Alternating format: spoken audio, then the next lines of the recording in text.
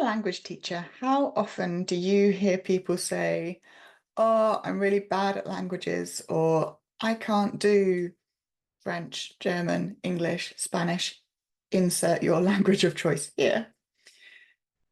Personally, I hear this all the time from friends, friends of friends, acquaintances. You know other languages? Oh, wow, I wish I could, but I'm really bad at languages. Now, having studied a little bit of neuroscience as part of my recent Neurolanguage Coaching Certification, let me tell you something.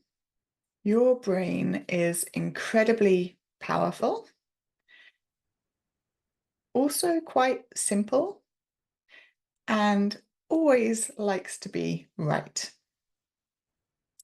So whatever you believe, it will look for proof to show that your belief is correct.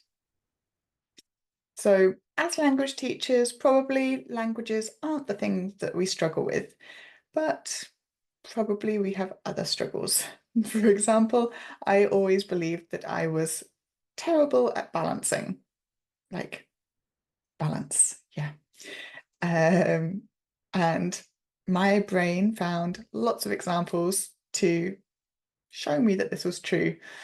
For example, as a teenager, uh, I got onto a bus one afternoon after school and tripped over, falling flat on my face. Proof that I had poor balance. Not really proof. I realize this now because somebody had left their umbrella handle sticking out into the aisle of the bus. Anyway, as a teenager, I internalized this as proof of my poor balance. Then a little later, when I was working as a waitress, I managed to drop a tray of glasses down a customer's back. Luckily, they were empty glasses waiting for water, but still another bit of proof from my brain that my balance was not very good. And more recently, going on a walk in the snow and ice, and obviously, I managed to find a muddy patch and slip over on a walk with my now in-laws. Very embarrassing. And yet again, more proof of my poor balance. Fairly recently, my business coach introduced me to a tool to help me reframe my thinking and negative beliefs. And I'd like to share that with you here today, if that's okay. So I would like you to think of something that you believe you can't do or something that you're bad at. You don't have to share it with anyone, although if you want to, you're welcome to put it into the comments. And hold that thought in your head. I'm going to use my example of poor balance as we go through this, and I'll take you through this little tool. We're going to work through 5 words that the first letter of each word spells out the word think. First question, is it true, your negative self-belief? Well, of course it is. Why would I believe it if it wasn't true? Let me reframe the question slightly. Are there any instances that you can think of where your belief wasn't true? For example, my poor balance. I can ride a bike, which needs balance.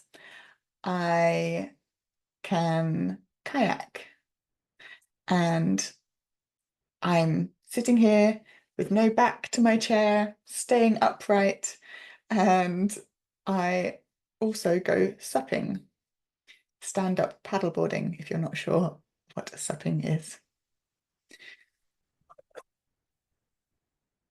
These are all examples of actually my balance is okay. So I hope you've managed to think of at least one example of when your negative self-belief was not true. Even if you haven't, don't worry, we'll move on to the next question.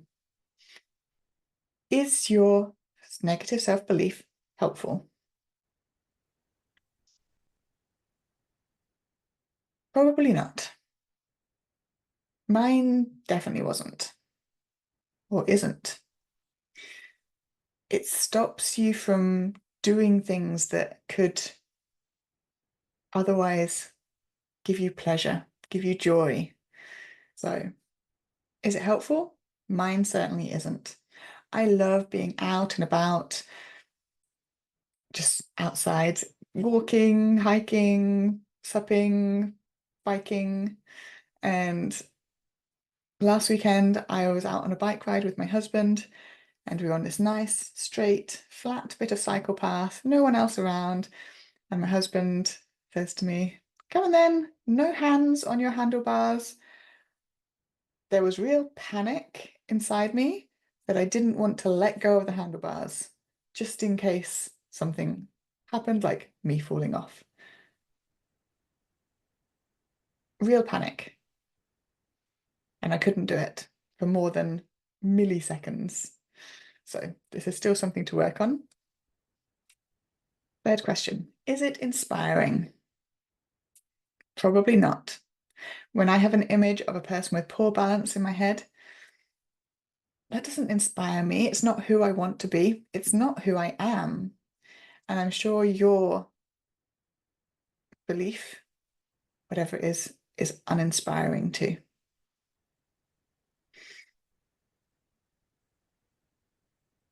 Fourth question, is it necessary?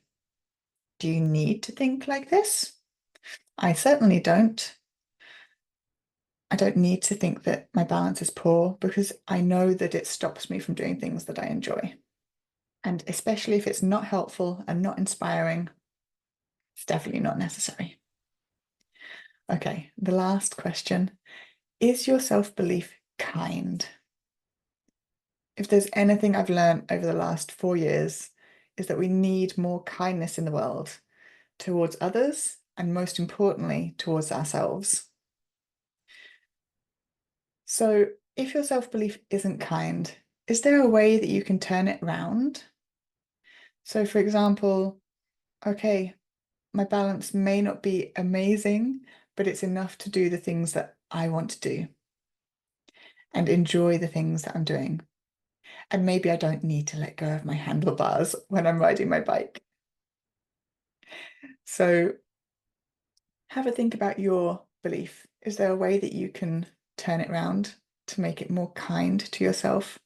Perhaps you're doing something to improve that aspect of yourself, or perhaps you're getting better just by pushing yourself out of your comfort zone. I'd like to finish with a quote from Henry Ford, who said, "Whether you believe you can or you believe you can't, you're probably right." So let's believe that we can. Thank you.